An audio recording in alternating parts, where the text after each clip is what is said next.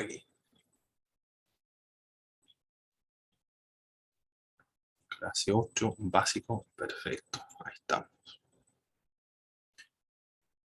En la clase anterior, entonces, vimos el budismo, el 563 a.C., cuando nace Gautama Siddhartha Gautama, o Buda, conocido el iluminado. Aquí tengo un problema con esto. No, sí avanza. La característica del budismo es lo empírico, la experiencia. Eso es lo principal de estos grupos, la experiencia. Científico, pragmático, terapéutico, psicológico, igualitario, dirigido a los individuos. Las características principales de esta religión. Es tanto una filosofía como una religión. Existen 250 ramas o modalidades del budismo actualmente en el mundo. Las principales son los Theravadas, las ortodoxas, Vasiputrillas, las heterodoxas y el Vajrayana, el otro grupo, el Zen también, que son las características generales del budismo, son la subjetividad y el irracionalismo. Son muchos grupos entonces cuando se habla del budismo. En esta ocasión, en esta clase, lo que tenemos que ver es, aquí vamos a dar esta presentación.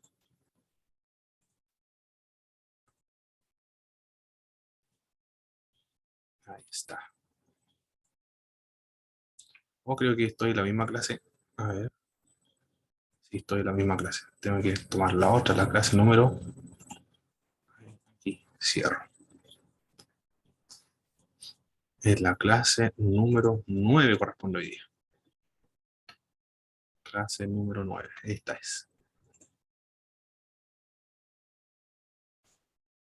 ¿Otra vez? No creo que no.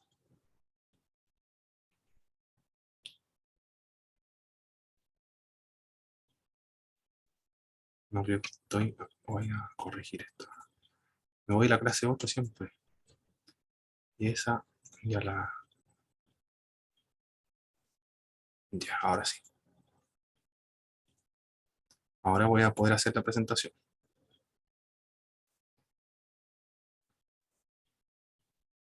Bienvenida, hermana Belén y hermana Nanay. Buenas noches. Buenas noches, hermano. Dios le bendiga. Amén, muchas gracias, Gracias, hermana. hermano. Igual, buenas noches. Y aquí estamos entonces.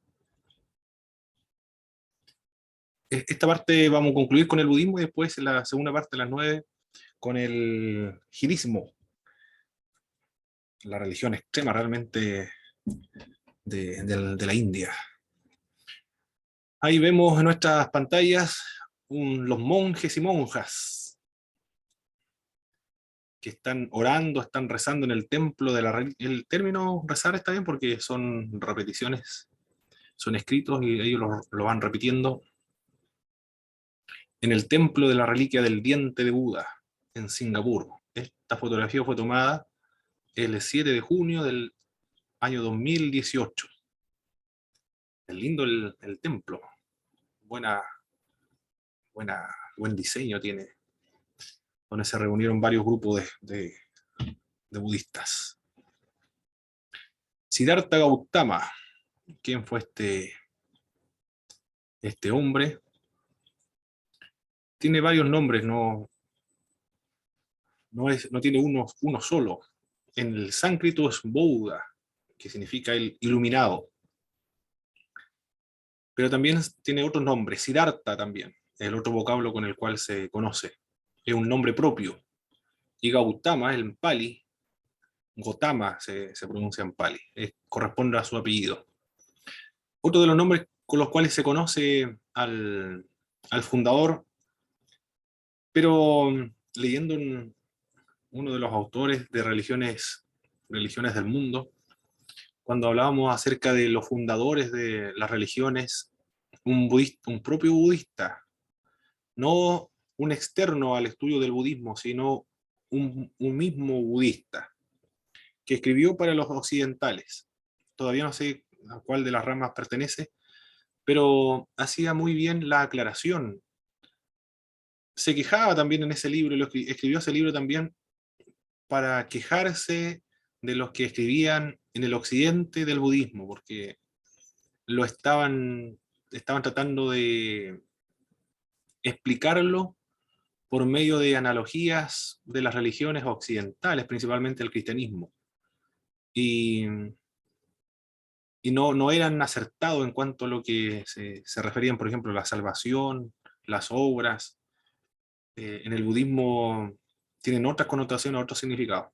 Esa era la queja, por eso que se escribe el libro. Y en el punto cuando dice del fundador, no reconoce el autor budista de este libro que Buda haya sido el origen, el fundador de esta nueva religión o de esta religión. Lo considera simplemente como un maestro, no como fundador desde la perspectiva occidental, presenta él, sino que él es un maestro simplemente, uno que enseña a liberarse. Eh, Eso es como lo presenta, como un maestro que guía nada más para conseguir la liberación. Pero no funda una religión desde la perspectiva occidental como se entiende. Eso es lo que el autor comentaba. El otro nombre con el cual se conoce es Sakyamuni, que significa el sabio del clan de Saka. También Bhagavat, que significa bienaventurado o señor. Tagada, el asido o llegado a ser perfecto. El que ha alcanzado la verdad como sus predecesores. Son los distintos nombres que se le aplican a este hombre. Esta última es la denominación usada preferentemente por el mismo Buda al hablar de sí mismo o de otros Budas. Quizá por esa razón este autor señala que Buda no es el que funda una religión, sino simplemente el maestro que indica el camino para llegar a la iluminación o alcanzar el nirvana o el despertar. Porque el nombre, el último que estamos viendo, el que ha llegado a ser perfecto, el que ha alcanzado la verdad como sus predecesores. Por lo tanto, anteriormente a él hubieron personas que experimentaron la iluminación.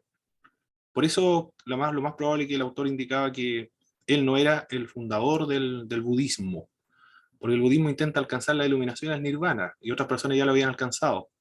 Y lo que hace Gautama Siddhartha es simplemente mostrar el camino para alcanzar la liberación. Sí, eso es lo que quería decir este autor. La iluminación no comienza con Gautama Siddhartha. Ya hubieron muchas personas anteriores a él que alcanzaron este estado de la iluminación, o romper este ciclo de las reencarnaciones. Aunque después se va a precisar, cuando se habla de reencarnaciones, más bien, como no creen en el alma, tendría que utilizarse otra expresión, porque nosotros empleamos el término reencarnaciones, pero asumiendo de que la persona tiene un alma, bajo el presupuesto del cristianismo que tiene un alma. Y de acuerdo al karma, a las obras que uno logre reunir acá en la tierra, se va a reencarnar esa misma alma, esa misma persona, desde la perspectiva como nosotros entendemos alma, se va a reencarnar en algo más elevado hasta llegar a la iluminación o al nirvana. El problema es que el budismo no tiene alma, no concibe la existencia de un alma, no cree en el alma. Ese es el problema con el budismo, por eso no se puede hablar de reencarnaciones.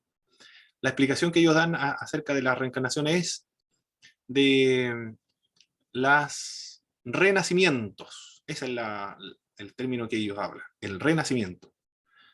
Es mucho más preciso que reencarnaciones. En el hinduismo se puede hablar de reencarnaciones, pero en el budismo, para alcanzar la precisión y ser más preciso, más exacto, con no ser, no tergiversar la verdad del budismo, se debe decir de los renacimientos. La analogía que ellos emplean para hablar acerca de estos renacimientos y de la ausencia de esta alma, hay una vida, le llaman ellos, una existencia como una llama, y luego esta llama está pasada a otra vela. ¿Cómo nosotros podemos estar seguros de que esa llama que está en esta vela, al ser pasada a la otra, sea la misma? Es muy difícil, esa es la única analogía que que presenta Buda para explicar estos renacimientos. No sé, cuando se lo explico a ustedes, mis hermanos o hermanas, de la ausencia del budismo del alma, de que la persona se reencarna en otra, pero el budismo no cree que exista alma, por lo tanto no hay una persona, sino es como una llama que es traspasada a la otra vela. ¿Cómo nosotros podemos estar seguros que esa llama es la misma llama que se encuentra acá? No sé cómo lo entienden cuando lo explico de ese modo. Porque es la explicación que dio Buda, pero más allá no ahondó en el tema, lo dejó en esa ambigüedad. Es como metafórico, su comprensión del alma. Él no cree en el alma, no existe el alma desde esta perspectiva. Él habla acerca de esto, de una vida nada más, como una llama, así lo explica. Es como Nietzsche, emplea una gran cantidad de metáforas para describir su filosofía. Acá también ocurre lo mismo con Buda. Y cuando se le pidió explicación a Buda, de que lo explicara un poco más profundo, él dice que es incomprensible, difícil de escribir. ¿Qué más decía? Es como inefable, utilizando el lenguaje del apóstol Pablo cuando describe el cielo, inexplicable. Lo dejó en esa ambigüedad, este tema de los renacimientos. Hermano, Sí, hermana Belén, hermano Belén y después hermano Christopher. en el budismo, donde los renacimientos se dan también en animales, ¿o no? Creo que ya con tanta... En el jinismo, Ah, en el jinismo, en el hinduismo. Pero en el budismo, que yo sepa, que hasta donde yo he leído, no. Los jinistas sí. No, los jinistas se puede reencarnar en una serpiente, en una mariposa, en un zancudo, en una mosca, en un gusano.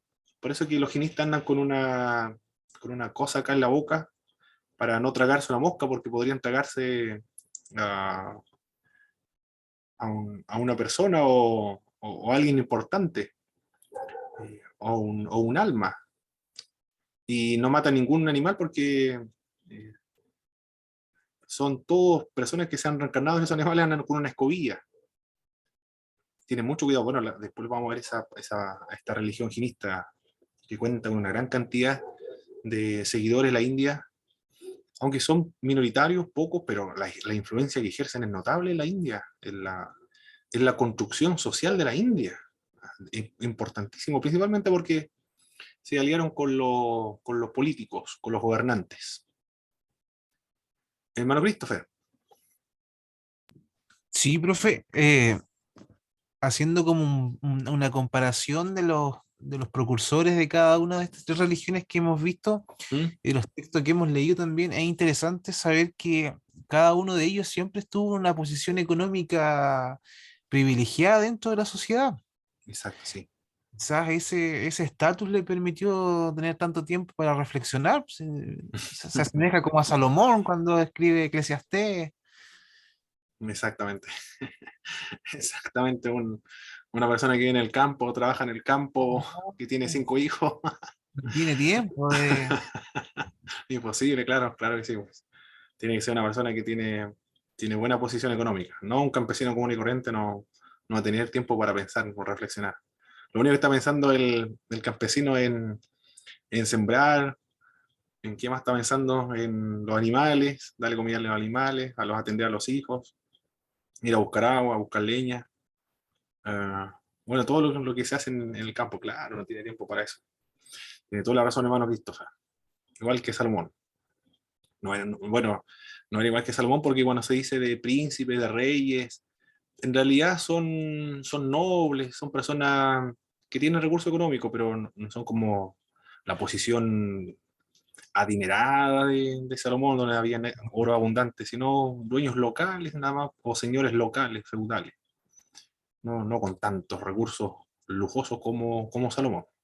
Pero, claro, tenían tiempo para reflexionar de este modo. Pero es notable lo que hicieron estas personas, la influencia que han tenido en el mundo. Impresionante.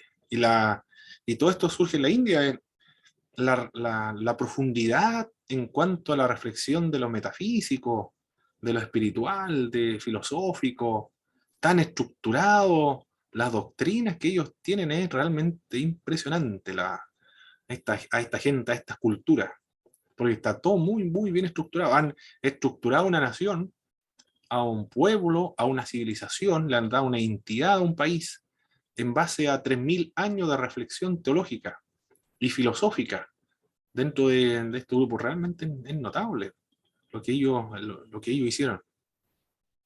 ¿De dónde sacaron tantas ideas de, de la transmigración de las almas, de la reencarnación, de los cuerpos cósmicos, del ciclo, del nirvana, de los mundos, de toda la multitud de infiernos, los cuales ellos creen, como vamos a ver en el Ginista, todo esto parte de la cultura de la India? Los rasgos históricos o biográficos de Buda, Gautama. Se discute la fecha de su nacimiento, 560 y 568 aproximadamente, en la época en la cual el pueblo hebreo se encontraba en Babilonia en esta época. Al pie del Himalaya, en el actual Nepal, hijo de un señor feudal, gobernante de un territorio pequeño a lo largo de la frontera actual de Nepal y la India. Y estos grupos religiosos como el budismo, el jainismo, siempre nace en el norte, en el valle del Ganges nace estas religiones. Huérfano de madre a los 7 días de nacido, fue educado por una tía materna. Nos dice la historia acerca de este hombre, que correspondió a la segunda esposa de su padre. Se casó a los 17 años, tuvo un hijo, Raula, abandonó su palacio y la vida de la comodidad a los 29 años. Curioso, Higina también al mismo tiempo, a la misma edad, a los 29 años. Se hizo renunciante, sadhu, el vocablo que se emplea para referirse a los ascetas es el sadhu en el budismo y el jainismo, los sadhu, en el hinduismo igual. Que es renunciante, es asceta, pero no es el mismo concepto en el cristianismo ortodoxo y el cristianismo romano. Me gusta más usar ese término para referirme a la Iglesia Católica, el cristianismo romano, porque la Iglesia Católica también se autodenominan así las iglesias del Oriente. Pero cuando hablamos del cristianismo romano ya me gusta más, porque ya estoy hablando de una sola iglesia, el de Roma, el que manda en Roma. Ellos tienen monjes y monjas. No en el mismo sentido que los monjes del occidente, del cristianismo, sino que son renunciantes, o los sadhus son tan austeros y dados a los ayunos que casi se mueren. No sé si alguien uy, Dios mío, ayunar de ese modo hasta casi al borde de la inanición. Cuando se habla de renunciante, esta es una renuncia desde la perspectiva de la India, de los indios, y con los cuales surge este nuevo sistema, o estos nuevos caminos para alcanzar la iluminación. Tanto Jina como Buda renuncian al sistema estructural religioso del hinduismo. Protestan contra la religión del hinduismo. Es una protesta interna. Pero es radical porque toda la estructura religiosa está relacionada con la estructura social, porque la sociedad se estructura en base a la concepción religiosa que ellos tienen. Renuncia a la estructura religiosa en ese sentido renuncia a la estructura social de todo un país. Esto sería considerado en el Occidente, en la edad de la Reforma Protestante o de la Edad Media, sería considerado como un sedicioso, un peligroso para el Estado. Terminaría como todos los cristianos que fueron perseguidos durante la época del protestantismo, porque desestabilizaba la unidad nacional, porque era una protesta contra los mismos cimientos, fundamentos de la sociedad de la India. Es una protesta contra la autoridad, porque están protestando contra, o están renunciando a estar subordinados bajo la autoridad religiosa que constituía los brahmanes. Renuncian a toda su tradición, a todo su pasado, renuncian al poder político, renuncian a su esposa, a su hijo, a su palacio, renuncian a todo lo que habían conocido, es comenzar a hacer algo totalmente nuevo. Por eso que el término sadhu es más aplicable a este grupo y traducido al castellano como renunciantes, porque renuncian realmente a toda una institucionalidad, a toda una tradición, y protestan contra todo tipo de autoridad, renuncian a toda la autoridad que existía. Que la autoridad en esa época eran los brahmanes hasta el día de hoy. Los brahmanes son las autoridades religiosas, tienen gran influencia, no político, pero religioso sí. Renuncian también a todos estos ritos que por 3000 años hasta el día de hoy lo siguen practicando los indios en sus casas, tanto en el hogar como en lo público y en los templos. A todo aquello renunciaron, realmente son personas radicales en cuanto a la protesta social y religiosa. Son tan austeros y dados a los ayunos que casi terminan al límite de la inanición, de morir por inanición. Abandonó este abandono tan extremo para escoger el camino medio. Alcanzó el supremo y completo despertar. Ellos le denominan el bodhi, o la iluminación. De ahí el término Buda, se convirtió en Buda. Es decir, el iluminado, el que suprimió los deseos. Pero estos deseos son los que causan el sufrimiento. ¿Por qué sufro? ¿Por qué sufro? Porque deseo. Deseo tener una casa, pero no la puedo tener, por eso que sufro. Deseo, ¿qué más puede ser? Bueno, todo tipo de deseo. Sufre, porque no lo puede tener. Pero si suprime los deseos, ya no va a sufrir. Y cuando se ha suprimido todo tipo de deseo, entonces se ha logrado la iluminación, el nirvana. Entre los 34 y 37 años, pasó el resto de su vida predicando el sermón de Benares, o puesta en marcha de la ley. La ley comienza a ponerse en marcha. De ahí este símbolo que está abajo de la presentación de la rueda, porque comienza a ponerse en marcha la ley. Alude al ciclo de nacimiento. Esta rueda alude a este ciclo de nacimiento, muerte, renacimiento. Vamos a utilizar el término de reencarnación, como está en los textos, pero para ser más preciso, de los renacimientos, que solo puede romperse mediante otra rueda de la enseñanza búdica. Esta rueda de nacimiento y de renacimiento, muerte, solo se puede romper por medio de otra rueda. Y él comenzó a echar o poner en marcha esta rueda. No significa que anteriormente personas no habían llegado al nirvana, sino que el maestro que la vuelva a echar a andar, por decirlo de alguna manera. Por eso el símbolo que vemos ahí. Hay trazos legendarios. Solo en torno al año 200 antes de Jesucristo se componen las primeras biografías de Buda. Entonces pasaron 300 años en que nadie escribió acerca de la vida de Buda. Se perdió mucho tiempo en el Buda histórico y el Buda después que aparecen en los textos. En el cristianismo, ¿cuánto tiempo pasó en la ascensión de Cristo cuando comienzan a escribir los primeros relatos de Jesucristo? ¿Cuánto tiempo aproximadamente? Hay que calcular solamente cuando comienzan a escribirse los evangelios, porque ellos fueron los que conocieron a Jesucristo. o también las epístolas del apóstol Pablo. Se puede calcular del año 30, año 33, hasta los primeros escritos del apóstol Pablo. ¿Cuánto tiempo pasaron Como, entre el como 30 años, hermano, ¿no? Más o menos. 30 años más o menos? 33. Bueno, en el 51 ya comienza a escribir el apóstol Pablo la carta más antigua, y algunos señalan que posiblemente sea el escrito más antiguo del Nuevo Testamento, el 51, Primera de Tesalonicenses. Otros señalan que el 45 de Marcos, pero está en duda, no hay seguridad acerca de Marcos.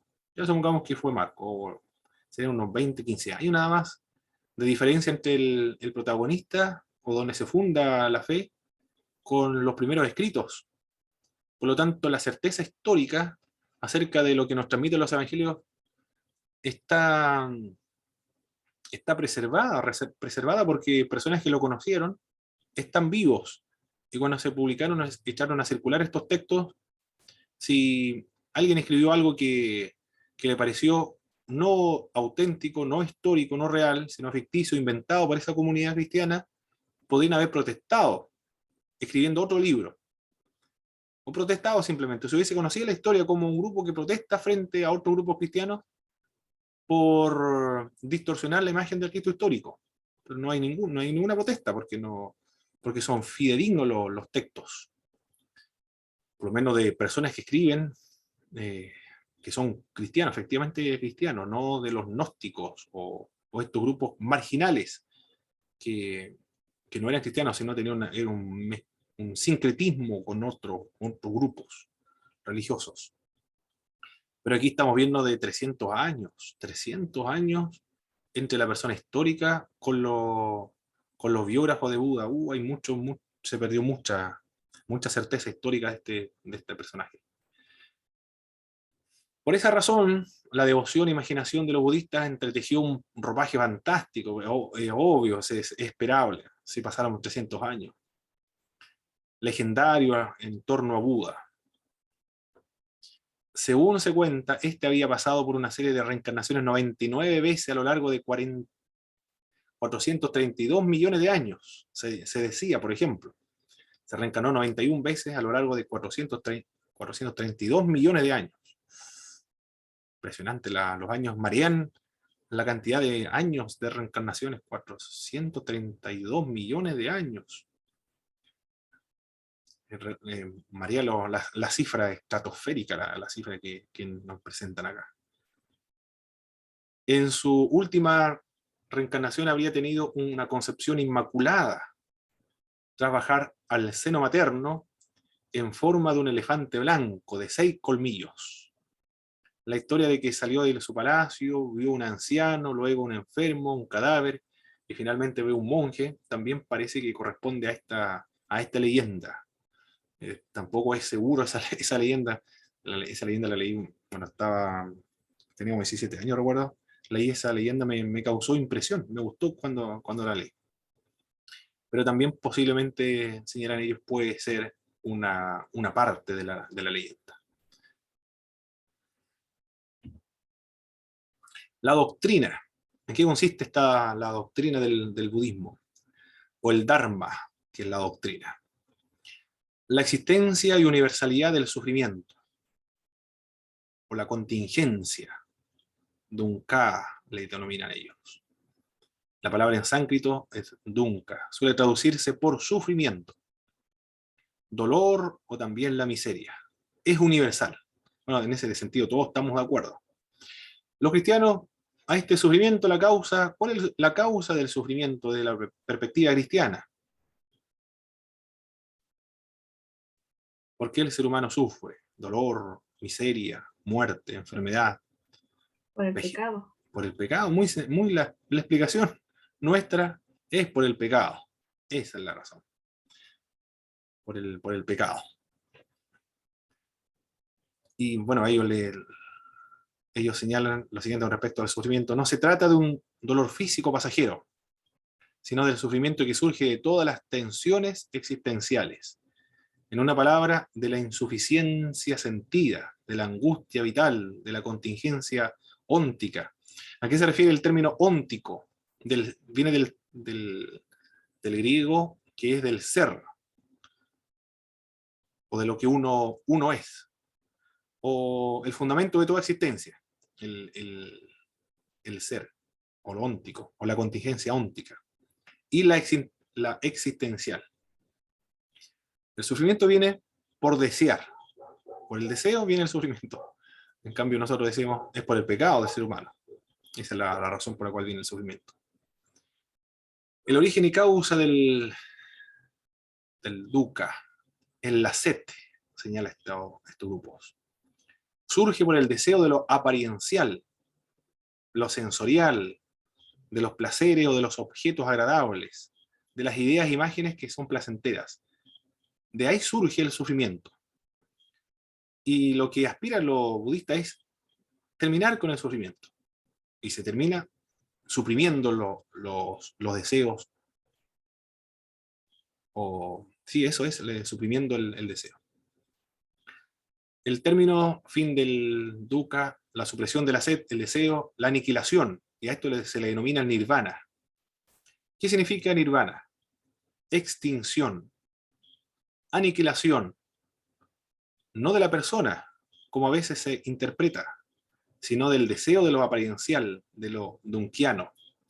Es el fin de las reencarnaciones. Se puede alcanzar en vida, pero en forma definitiva solo con la muerte y la purificación total. Hasta ahí alcanzan referirse los budistas con respecto a lo que consiste el nirvana. Él es el sufrimiento, el fin y la aniquilación de todo deseo. Cuando se alcanza solo con la muerte y con la purificación total. Pero más allá no dicen nada más. Hasta ahí culmina el nirvana para los budistas. Por eso que queda un amigo que venía de Corea, Luis Hu, de Argentina, de las Asambleas de Dios, contaba que era muy pesimista esta religión. Las personas no tenían ninguna aspiración. Era resignarse a todo lo que le pasaba en la vida. En el cristianismo cambia diferente. Por lo menos en el hinduismo, el nirvana, la metáfora que emplea es como una gota de agua. Mientras la gota está cayendo, se puede decir que es diferente al océano. Es distinta, tiene su particularidad, su individualidad.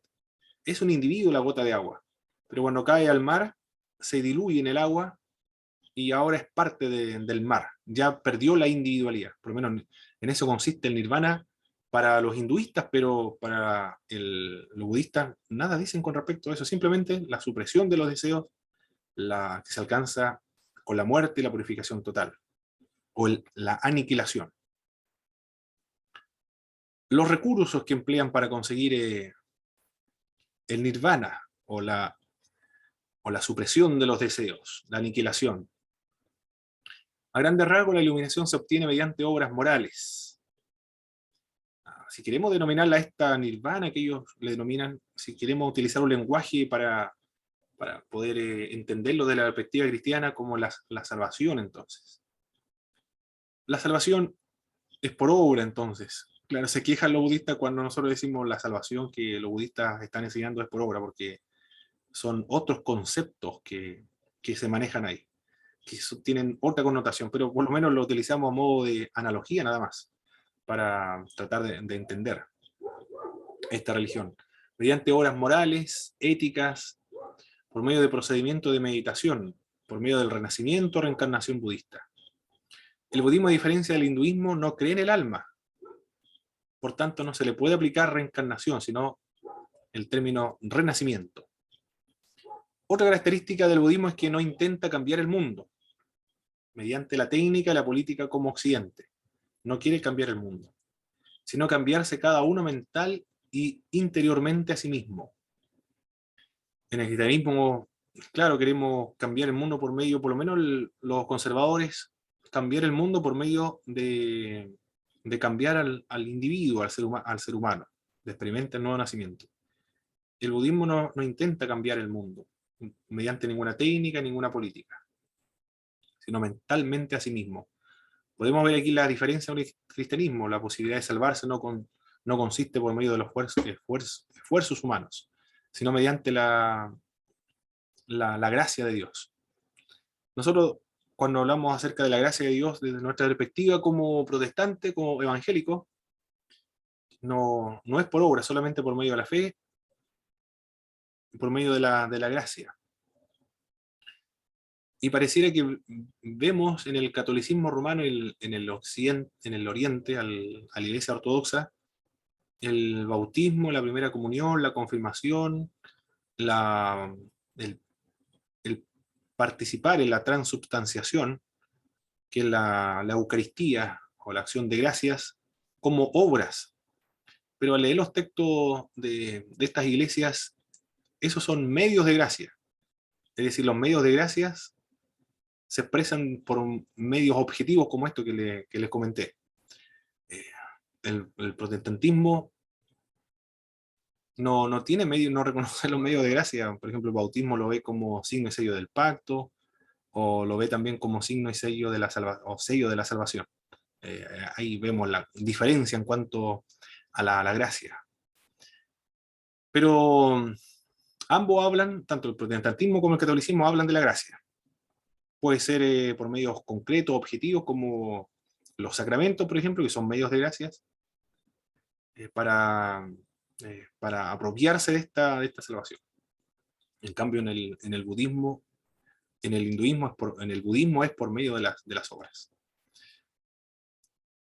El budismo es una religión agnóstica. Por eso que cuando se refiere a esto, será como el hinduismo del nirvana, de unirse con el océano, que es el Brahman, como el dios Brahman, pero el problema es que ellos protestaron contra todo tipo de autoridad y de tradiciones religiosas, por lo tanto no reconocen a ningún Brahman, no reconocen a Brahman, que es el dios principal de los hinduistas. En ese sentido tampoco reconocen a los brahmanes, que son las autoridades religiosas. No creen en Brahman. Por eso que es una religión sin Dios, agnóstica se le denomina. Sin Dios, hacedor de las cosas y modelo de los hombres. Y los textos budistas, que el que estaba leyendo, decía que sin ninguna autoridad y ninguna ayuda de nadie, solamente por medio de los esfuerzos personales logra superarse, liberarse, o alcanzar esta liberación total de la reencarnación. Sin Dios, hacedores de las cosas y modelo de los hombres. No tiene modelos tampoco. El Buda tampoco es el modelo. Los budistas no admiten la existencia de Dios en cuanto a causa del universo hacedor supremo. Creen en una causa finalis, en el imán del hombre y su destino postmortal, que es el nirvana. En nirvana lo identifican con la divinidad. En nirvana, entonces, el hinduismo es un estado en el cual la persona pierde su identidad para unirse con Brahman. Pero en el budismo pareciera que el nirvana ya no es un estado o una acción o un proceso de aniquilamiento para unirse con Brahman, sino que el mismo nirvana es una especie de Dios, es una divinidad. Más bien se puede emplear el término divinidad más que Dios, porque Dios es una persona. Divinidad entonces más abstracto, más impersonal esta idea de la divinidad. Pero esta divinidad no se parece, ni menos aún se identifica con el monoteísmo. No es esta divinidad monoteísta. También esta divinidad, que es el nirvana, tampoco es politeísta, un concepto politeísta de muchos dioses. Entonces, ¿qué es lo que es el nirvana? Si no es monoteísmo, no es politeísmo, ¿será panteísmo, que todo Dios? Tampoco el concepto nirvana es panteísta. No es ni monoteísta, ni panteísta, ni politeísta. Para los budistas el Dharma es un poder pero impersonal que todo lo rige. Un poder impersonal que todo lo rige. El vocablo que le emplean es el Dharma o el Nirvana. Eso es entonces este concepto que tienen de la divinidad. Muy, muy, muy difícil de comprender, es decir, es otro concepto de todos los dioses. No es monoteísta, panteísta, panenteísta, enoteísta, monolatría, triteísta o teísta. El budista entonces tiene un concepto de Dios único, propio de ellos nada más, que ninguna otra religión lo posee. Y ese concepto de Dios es el Dharma, un poder impersonal que todo lo rige nada más, que no es lo mismo que el panteísmo. Y eso es el pancosmismo budista y sus ciclos. Es el Dharma, el Nirvana o también el pancosmismo. El budismo desacralizó, es decir, le quitó lo sagrado y desdivinizó el panteísmo hindú. Ya no es divino el panteísmo hindú, lo desacralizó. Y sus ciclos cósmicos también lo desacralizó. Es decir, combatió y acabó o quiso desestabilizar toda la estructura hinduista desde sus propias bases, desde su propio fundamento, que es el Brahman, y su panteón de dioses de los hinduistas. Desacralizó todo aquello, convirtiéndolo en lo que puede denominarse pancosmismo, en cuanto cree que el universo es eterno. Por lo menos creen en algo eterno, que es el universo. El universo es eterno entonces. Y eterna e ininterrumpidamente sometido a un proceso de degeneración, hasta que llega a la total degradación ética de los pueblos. Entonces se inicia un nuevo ciclo cósmico igual a los anteriores. Y así está repitiéndose una y otra vez. Es como una especie de... ¿Cómo le llaman? Tiene un nombre cuando... El resetear, eso, es resetear el computador o reiniciar el computador. Resetear un aparato técnico, por ejemplo, en las empresas, que puede ser una puerta que se abren automáticamente, y cuando ya comienza un problema hay que resetearla. O el computador hay que reiniciarlo. Así más o menos es la analogía que ellos quieren explicar con esto del pancosmismo. Llega un momento en que todo el universo se degenera y todos los pueblos se degeneran y culmina ese proceso y después debe resetearse para volver nuevamente a repetir el mismo ciclo eternamente. Esta idea del universo eterno es abrumador, es desconcertante, difícil de entender. Bueno, porque estamos hablando de la eternidad, pero ellos ven el universo como eterno, así lo ven. Esa es la idea del pancosmismo. El cosmos se degenera y después se vuelve a reiniciar. No tienen oración, no oran. Paul Tillich, en su libro Teología Sistemática, decía él que él no oraba, sino que él meditaba nada más. Los budistas en general, especialmente los theravádicos, mucho más en los orígenes del budismo, no oran, practican la meditación. ¿Y qué es lo que es la meditación? Es una concentración intrapsicológica, pero jamás la oración de súplica o de petición, que es la manifestación primera del sentido religioso. En todas las religiones se practica la oración, pero acá no, solamente la meditación. Con el tiempo, sin embargo, se comenzó a practicar la oración en algunas ramas del budismo. En China comienza a practicarse la oración, en una rama del budismo, que le denomina a esta rama la tierra pura. Fue fundada en el 416 después de Cristo, en China. La tradición mahayánica creen en un paraíso donde gobierna un Buda. Ya la idea, esta religión agnóstica, de acuerdo a sus propias ramas, ya se pierde esta característica del nirvana o el dharma, de que no es ni panteísta, monoteísta, porque después en la tradición mahayánica hay un paraíso y el que gobierna ese paraíso es Buda.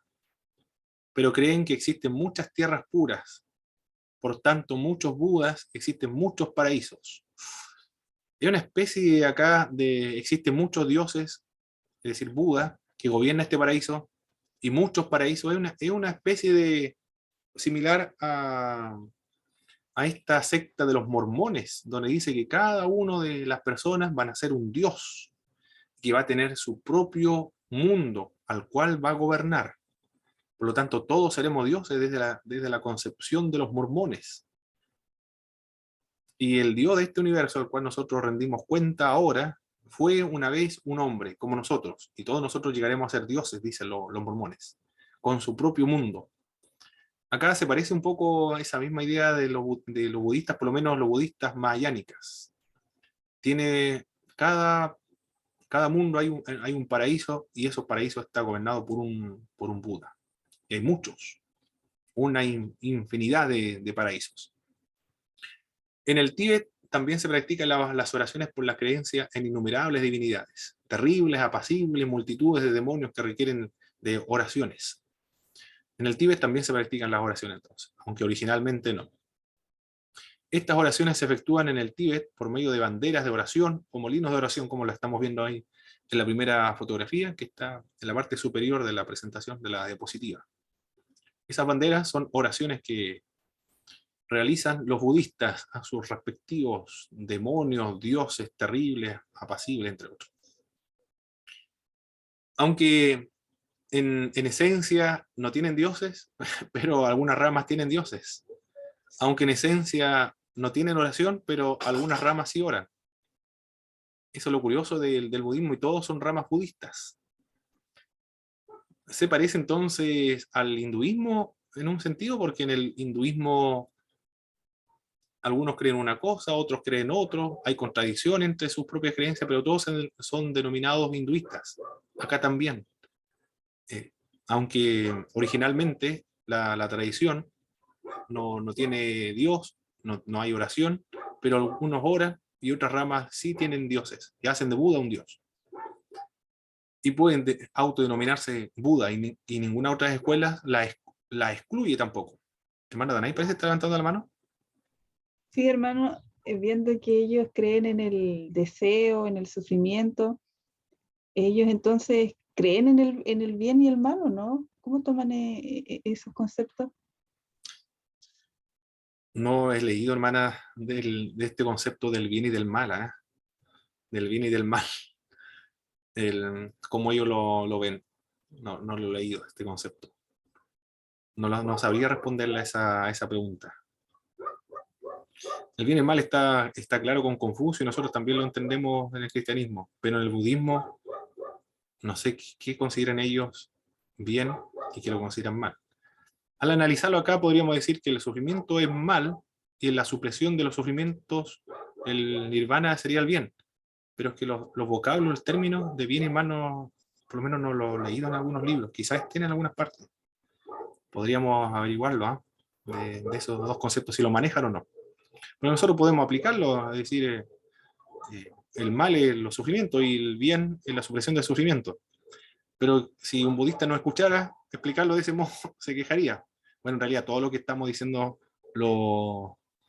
y estas comparaciones, estas analogías, los budistas de alguna escuela estaría diciendo no nos están presentando correctamente.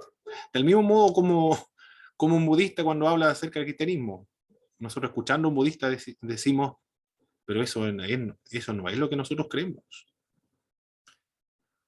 Podríamos decir lo mismo como cuando ellos hablan del cristianismo, por ejemplo, se están refiriendo específicamente a un tipo de cristianismo, que es el calvinismo, y decimos, pero nosotros no creemos en eso, porque no somos de esta escuela, por lo menos calvinista, de la predestinación, de que está decretado la eternidad, uno salvo y otro salvo.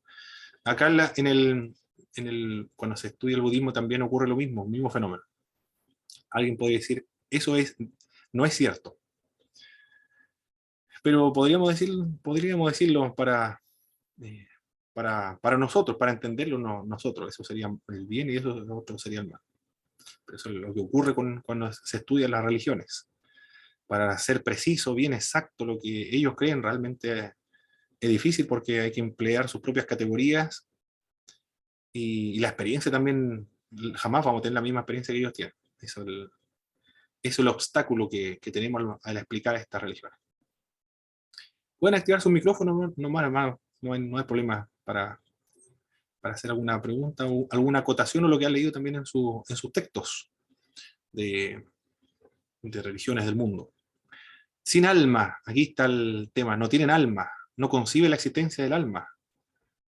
Es decir, este principio vivificante que le da la identidad al individuo, no creen que exista el alma, no admite la existencia del alma, o del yo consciente, o como se prefiera llamar al principio vital, espiritual e inmortal del hombre, no creen en aquello. Es difícil concebirlo. Buda lo explicó como una llama. ¿Qué pasa cuando se transmigra las almas, cuando hay un renacimiento? Lo explicó con la llama de una vela. Hay una llama, hay una vela, y esa vela traspasa la llama a la otra vela.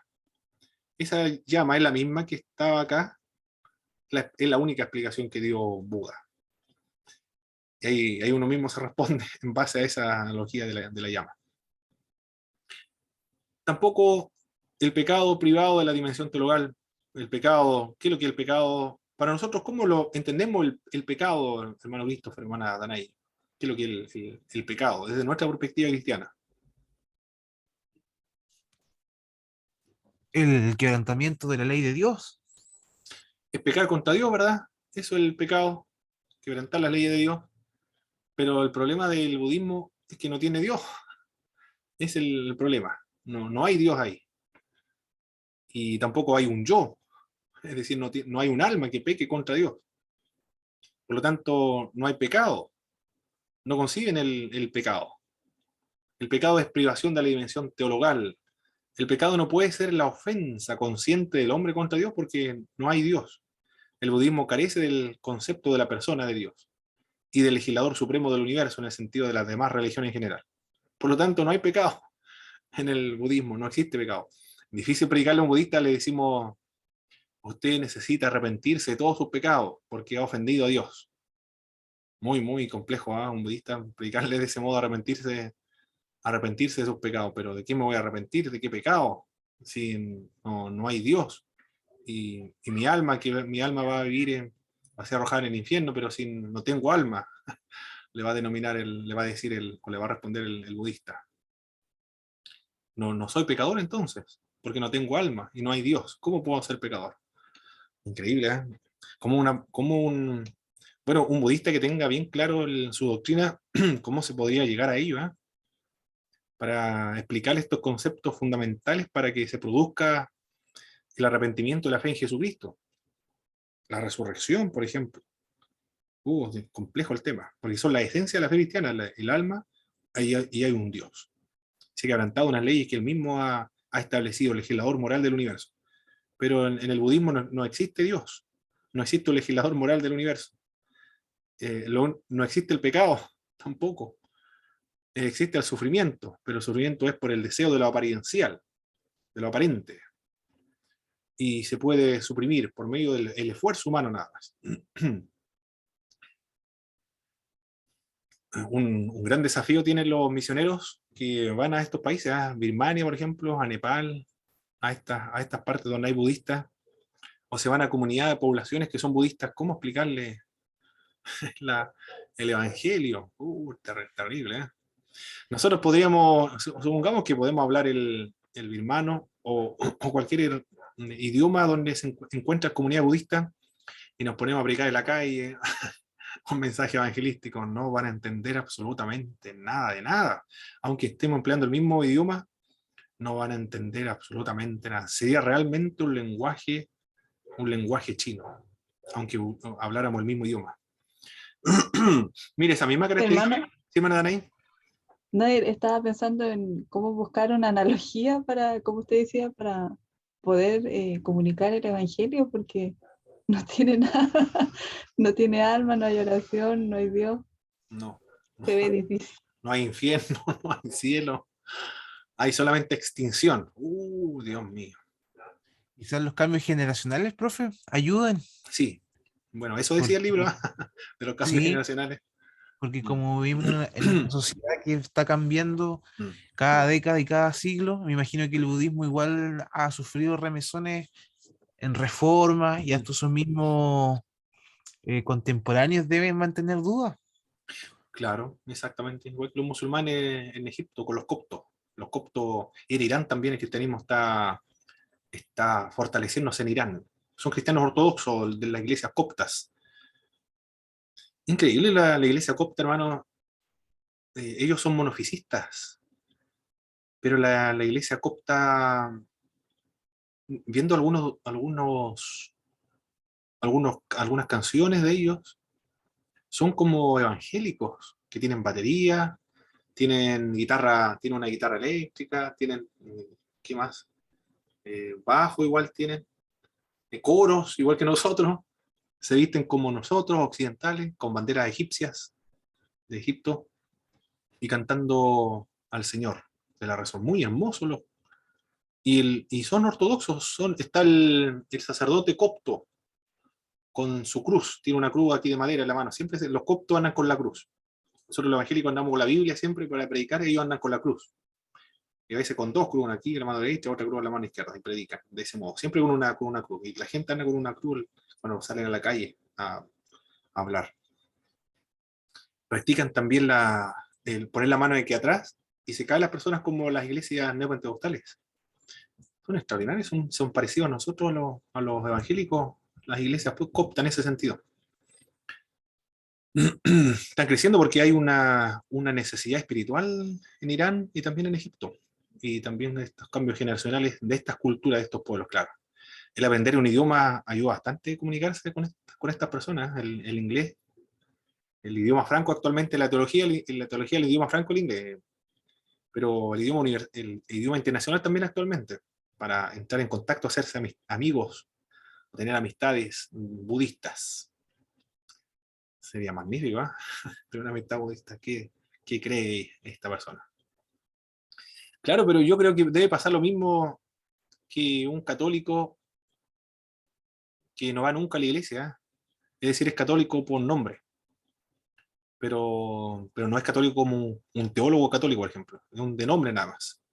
Por lo tanto, no tiene estas doctrinas arraigadas del catolicismo romano. Por lo tanto, es sencillo predicarle. Como nos ocurrió a nosotros, por ejemplo, a mí, no tenía ni idea del catolicismo romano, nada, absolutamente nada. Por eso acepté, por la experiencia, el encuentro personal con Jesucristo, aceptar las doctrinas cristianas evangélicas, el protestantismo. Ocurre lo mismo también con lo budista. Buen alcance lo que hizo nuestro hermano Christopher.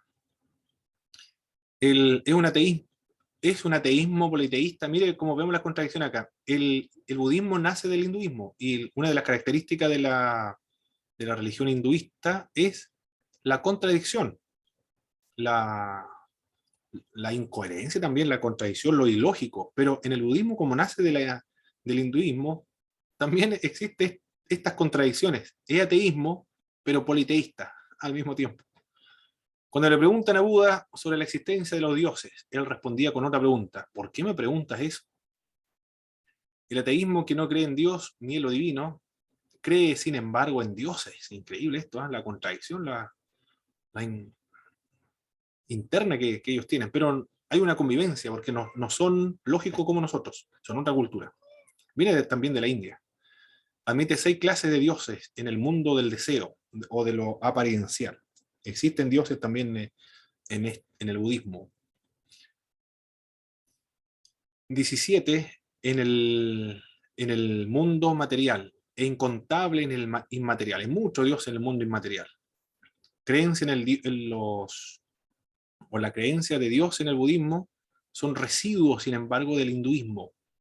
Aunque nace y protesta, corta con el hinduismo, se margina, se autoexcluye, se desconecta del hinduismo o renuncia a toda la estructura religiosa del hinduismo, pero quedan residuos del hinduismo allí, en el budismo. Por eso que existe esta cantidad extraordinaria de Dios en el mundo material e inmaterial. La creencia de dioses, entonces, es un residuo del hinduismo. Estos dioses son superiores a los hombres, pero perecederos como los seres humanos. No son inmortales, ni tampoco son eternos, ni esencialmente diferentes a los hombres. Son esencialmente como hombres estos dioses.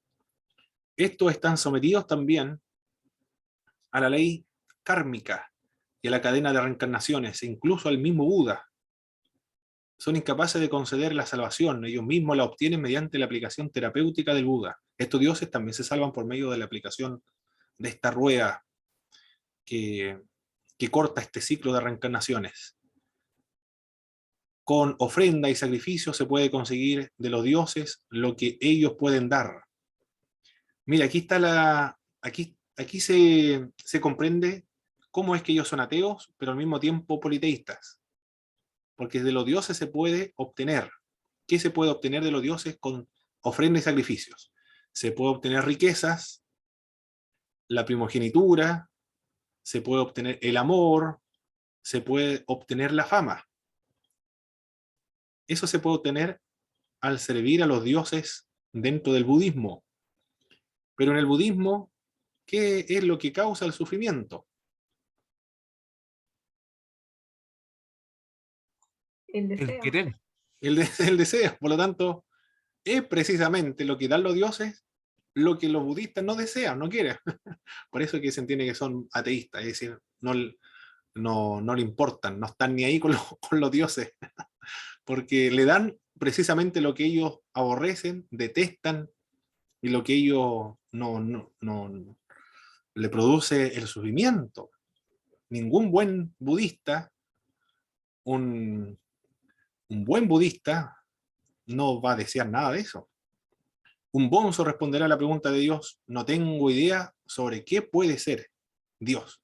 Dice, no tengo idea de qué puede ser Dios. Así responden los budistas cuando se le pregunta qué es lo que es el nirvana, o qué es lo que es esto de la llama, que esta pasada a la otra, de las reencarnaciones o los renacimientos. Lo explican de este modo tan ambiguo que uno no sabe qué quiere decir con esa analogía. Acá un bonzo le preguntaron ¿qué es lo que es Dios? Él dijo, no tengo idea sobre qué puede ser eso. En teoría, y según sus escrituras básicas, así como de acuerdo con la enseñanza oficial, el budismo es agnóstico. En teoría oficialmente agnóstico, pero en la práctica y en algunas escrituras es politeísta. Esto es el budismo. Continúa persistiendo esta contradicción, o estos residuos de la antigua religión con la que cortó, que es el hinduismo. Pasemos a la siguiente.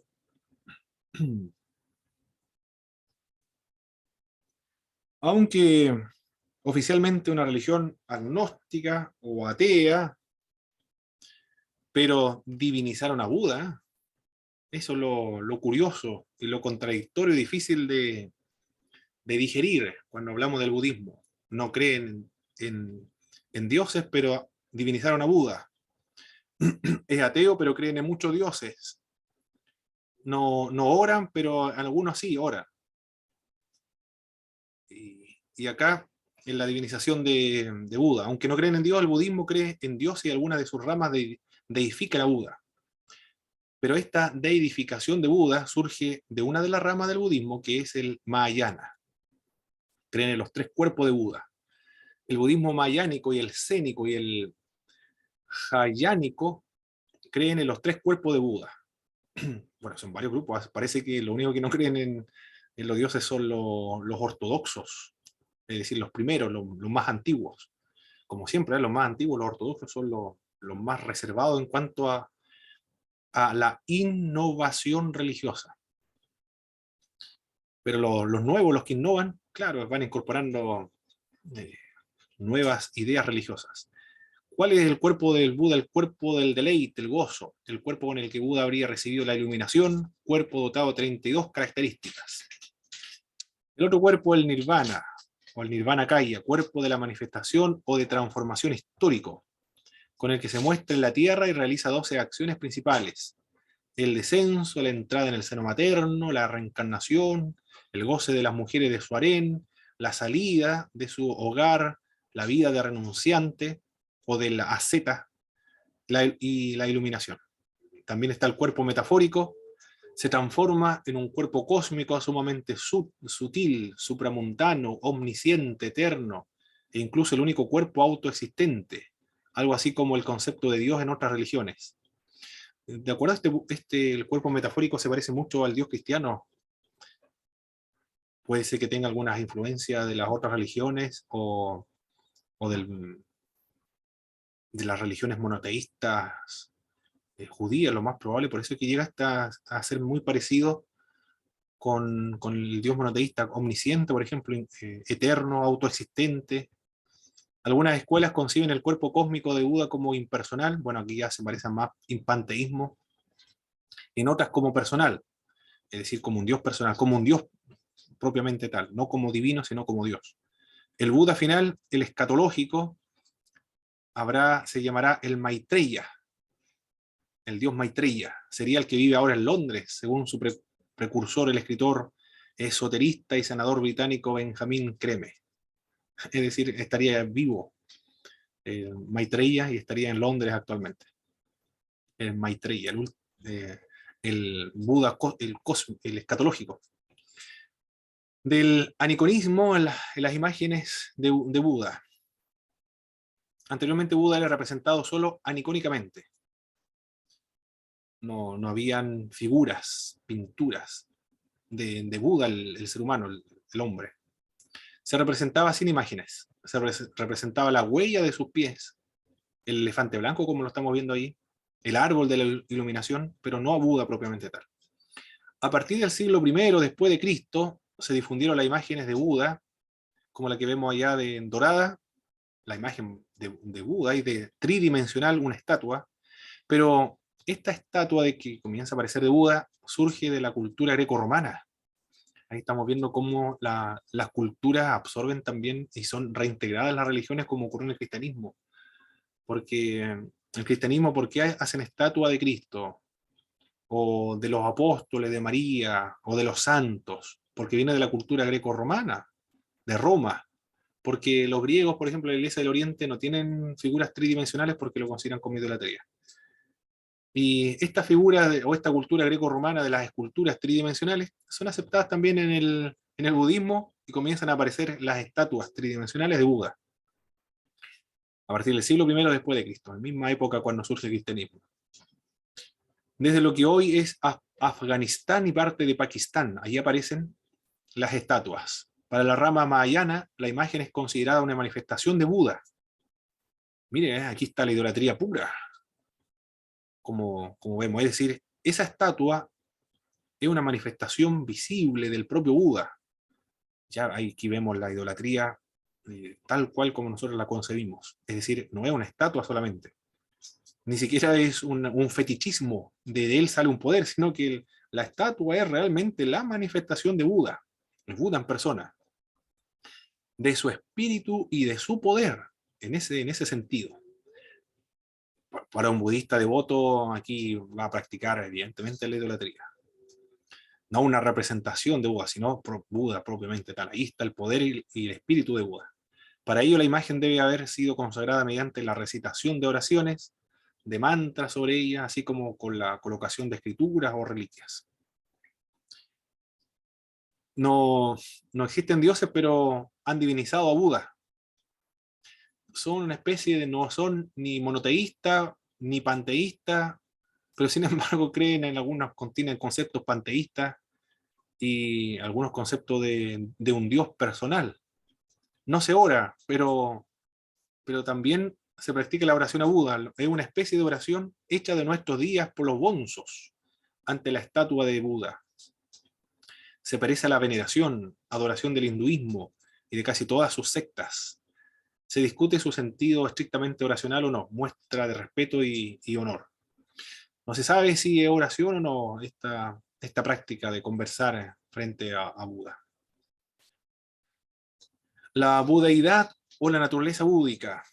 La concepción budista del cuerpo cósmico, que es eterno, esta es la característica de estos grupos, considera el universo como eterno, y el cuerpo cósmico es eterno, de Buda, potenciada por el Mahayana, suena a eco del panteísmo hindú, en clave de pancosmismo budista, y ayuda a entender el significado de la budeidad o de la naturaleza búdica, que es lo que pasa de renacimiento en renacimiento y por fin alcanza el nirvana. La naturaleza búdica o de Buda es el sustrato de perfección, de autodominio, de plenitud, intrínseca de la realidad y de vida de todos los seres inanimados y animados. Todos los seres están dotados de naturaleza búdica, o todos los seres tienen la potencialidad de alcanzar el nirvana, según este concepto de la budeidad de la naturaleza búdica. La liberación o salvación obra del hombre mismo. Bueno, aquí empleamos el término de obra, pero ellos no estarían de acuerdo, se quejarían contra nosotros por emplear este término obra. Son las vivencias personales como criterio ético y de verdad por encima de la razón o de los libros sagrados. Ellos renunciaron a toda autoridad. Renunciaron a la autoridad de la estructura religiosa del hinduismo, a la autoridad religiosa, a los libros sagrados. Renuncian a todo. Según el budismo, las propias vivencias, sobre todo en la medida de su sintonía con la de Buda, son para cada uno el criterio supremo tanto ético, práctico, como doctrinal de la verdad.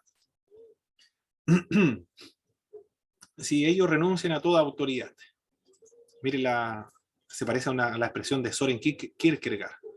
Ellos renuncian a toda autoridad, autoridad tradicional, autoridad textual de los libros sagrados, a autoridad eclesial. Voy a emplear este término para aplicárselo a los brahmanes, una autoridad religiosa. Renuncian a todo tipo de esas autoridades. Como ya no tienen autoridad, ¿quién es la autoridad entonces para un budista?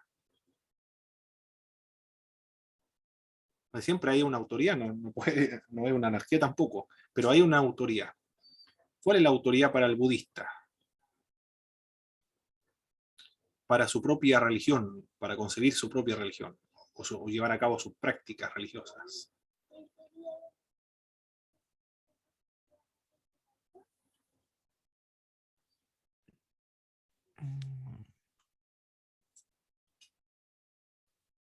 ¿Qué podría ser la autoridad de ellos mismos, de estos grupos, o de un budista?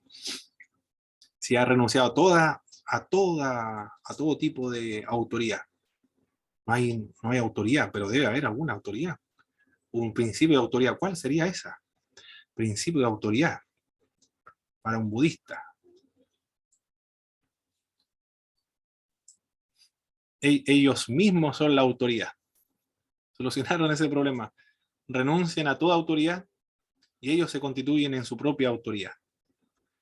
Ni tampoco el Buda, porque el Buda indica el camino, pero sus enseñanzas no son trascendentales porque son simplemente pragmáticos. Si le sirve para una ocasión, pero después cuando ya se ha conseguido, no hay necesidad de seguir la enseñanza de Buda. Soren Kierkegaard dijo lo mismo. Dijo que él renunciaba a todo tipo de autoridad y él mismo se convirtió en su propia autoridad. El sentimiento de dependencia de Dios es mi propia autoridad, mi sentimiento religioso. Parece que Soren Kierkegaard saca esa idea de acá, del budismo, porque es muy parecida a la enseñanza o lo que él dijo, enseñó. La experiencia personal es la autoridad de un budista. Ellos mismos y su propia experiencia son su propia autoridad. Lo que ellos experimentan. En uno de los textos del budismo, Sermones de Buda, dice: no os dejéis guiar por la autoridad de los textos religiosos, ni por la simple lógica, ni por la apariencia, ni por vuestro maestro espiritual. Un budista no tiene ni siquiera un maestro espiritual, ¿eh? Ni Buda es su autoridad. Por su condición de sacralización secularizadora del hinduismo y por su marginación de lo divino, el budismo cae en una especie de autismo. Miren el término que se le emplea a los budistas, es una especie de autismo religioso, donde renuncia a todo tipo de autoridad y contacto con otra autoridad. Se margina. En cuanto a cada budista se concentra en sí mismo en orden a conseguir el vacío mental y un cierto disfrute interior que alcanza su grado máximo en la iluminación, coronada por el nirvana o el aniquilamiento y la supresión de sus deseos. La liberación es un esfuerzo personal, entonces. Él es el mismo la autoridad. Si el criterio y punto de referencia es la experiencia personal, la fuerza para lograrlo, el objetivo queda también reducido a la propia persona, sin necesidad de un redentor divino y sin la acción de la gracia de Dios. El budismo es como llevar al extremo el pelagianismo occidental, que enseñaba Pelagio que cada uno se puede salvar a sí mismo, sin necesidad de Dios, decía Pelagio. Acá también el budismo es muy, muy similar. Tanto en su dimensión mítica como de la ordinaria, el budismo nunca es gratitud. Siempre es, no hay agradecimiento ahí, sino siempre empeño, búsqueda personal mediante el autocontrol sensorial, mental, emocional, hasta llegar al vacío, al vaciamiento pleno, previo a alcanzar la iluminación. ¿Qué más dicen los budistas? Todas las religiones son salvíficamente ineficientes. Son un obstáculo, dicen los budistas, para alcanzar la iluminación. Porque se supone que las religiones imponen una autoridad, pero el budismo no cree ninguna autoridad, ellos mismos son su autoridad. Y el tener una autoridad, el seguir algunos principios que vienen del exterior a él, son un obstáculo para autoliberarse, porque la liberación es personal. El lugar de Dios lo ocupa el hombre. Es una religión antropocéntrica entonces, como estamos viendo aquí. El hombre ocupa el primer lugar, o el centro de esta como visión. Las religiones son obstrucciones de la conciencia, incapaces de dar felicidad en esta vida. Mire lo que nos dicen los budistas, incapaces de dar felicidad en esta vida. Claro, no nos conocen nosotros los cristianos, parece, por señalar esto, no son incapaces de dar felicidad en esta vida. Las pretensiones, lo que dicen, ahí nosotros objetaríamos. No nos conoce, no conoce nuestra experiencia. Son plenamente felices en Cristo. Quizás no sé cómo concebiría, si nosotros respondemos eso, cómo concebiría la felicidad budista también. Las religiones, como las ideologías, la riqueza, el progreso, las fronteras, carecen de realidad verdadera, son imaginarias, son transitorias, no son verdaderas. Todo lo transitorio no es verdadero. El budismo debe marginar todas estas cosas si quiere alcanzar el nirvana. Complejo para la evangelización, como estamos viendo aquí. Hay proselitismo en el budismo, como en el cristianismo. El proselitismo budista y sus modalidades. Los bonzos del Theravada es la rama del budismo donde se fomenta la ausencia total de trato con todos los demás. Desde el principio el budismo se destacó por el proselitismo. Las modalidades, la predicación, la escritura, el testimonio de vida y el servicio social son parte del proselitismo budista. Originalmente algunos, los bonzos, se marginaron, pero después comenzaron a hacer prosélito porque dijeron, ¿cómo nosotros nos vamos a quedar con este estado de iluminación? Hemos alcanzado el nirvana, hemos suprimido nuestros deseos, algo tan extraordinario no nos podemos guardar para nosotros, vamos a compartirlo con las demás personas. Ahí comienza a hacer el proselitismo, y lo hacen por medio de la escritura, la predicación, testimonio de vida y el servicio social también. Ahí estamos viendo una protesta budista en un país, no sé qué país será ese, pero vemos una protesta budista. En esta última presentación vemos en el año 1963 en Vietnam, en Vietnam del Sur, los católicos romanos comenzaron a perseguir, que estaba gobernando una minoría católica romana, estaba gobernando un país mayoritariamente budista, comenzaron a suprimir, a marginar, a oprimir a los budistas, y los budistas comenzaron a presionar, pero como ellos practican la protesta no violenta, sino son pacíficos, la protesta es pacífica, aquí vemos un monje que se quemó. De ahí viene el término quemarse a lo bonzo, porque un bonzo, que es un término que se utiliza, el vocablo, el término que se utiliza para referirse a un monje. Para los budistas, los monjes le denominan los bonzos, para protestar frente a la persecución contra los budistas. Se quemaron muchas pagodas, se persiguieron, se encarcelaron a una multitud de budistas, y la forma de protestar fue esta. Esto fue el primero, después se quemaron muchos más bonzos, hasta que finalmente el presidente de Vietnam del Sur fue derrocado y se estableció otro presidente. Pero hacen estas protestas sociales, pero siempre son pacíficas, no son violentas, pero son poderosísimas. Por ejemplo, como estamos viendo acá, en acto de protesta se quema públicamente delante de las autoridades para para denunciar al mundo entero las persecuciones contra los budistas. Bien, ¿qué les pareció, hermanos, esta última parte del budismo? ¿Alguna impresión, un comentario?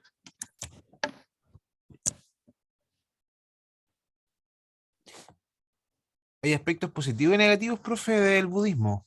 Perfecto. Menciónelo, hermano. Eso mismo le iba a preguntar. Lo positivo, bueno, es que sacaron el sistema de castas que tenía del hinduismo.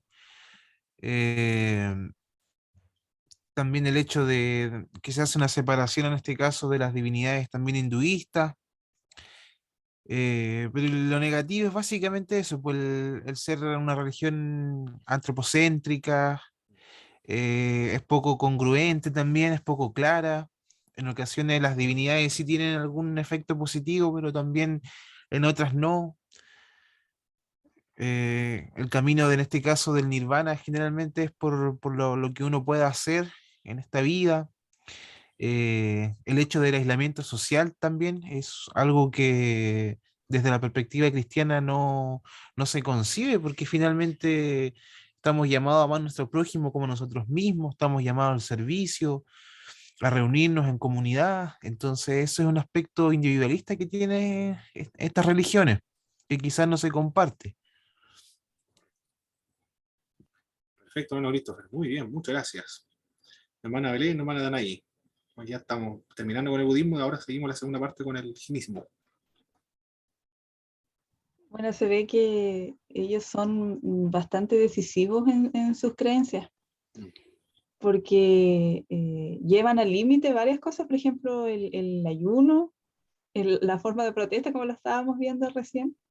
Tienen cosas buenas, como decíamos, por ejemplo, le dan harta importancia a la ética, al cuidado del cuerpo, por ejemplo, se restringe de las drogas, del alcohol. Mm. Igual no, tratan de dañar lo menos posible a su prójimo, por lo que leían en el libro, pero también es confusa en el sentido de que dicen que sí en algo y que no, al final no se sabe si es ateo, son politeístas y a la vez son las dos cosas juntas. Bueno, para nosotros también en nuestra cosmovisión puede ser un poco confuso, a lo mejor ellos lo ven diferente, Exacto, claro. pero es interesante conocer la religión porque esta religión tiene bastante arrastre, no sé por qué, pero en los jóvenes he visto, es como que les llama la atención. Así que, sobre todo los que son los jóvenes universitarios, le dan tanta importancia a conocer sobre Buda y lo demás. Así que me gustó, es interesante, hermano. Nos da más herramientas para poder hablar. Y quedé con la duda de buscar alguna analogía Del bien y para, del mal. sí, igual, para ver cómo se puede introducir el evangelio o la predicación. Ah, claro. Sí, Los puntos de contacto o las analogías de fe exacto. para iniciar la predicación. Muy bien, hermana Belén. Sí, Sí, como decía, esta religión es como, tiene gran avance en Occidente, sobre todo con la ley de karma, la meditación y otras cosas más, y entonces es muy importante poder conocerla más, un poco, bueno, de forma general, pero un poco más allá de lo que siempre se ve.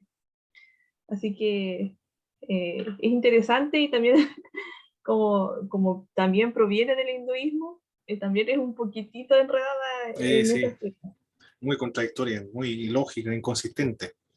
Pero se entiende Sí, porque tiene un mismo origen, un mismo país, una misma cultura. sí. Perfecto. Muchas gracias, mis estimadas hermanas, hermanos. Igual a las 9 puntos nos vemos de vuelta entonces con esta otra religión de los jinistas. Es muy exagerado esta otra religión, como vamos a ver.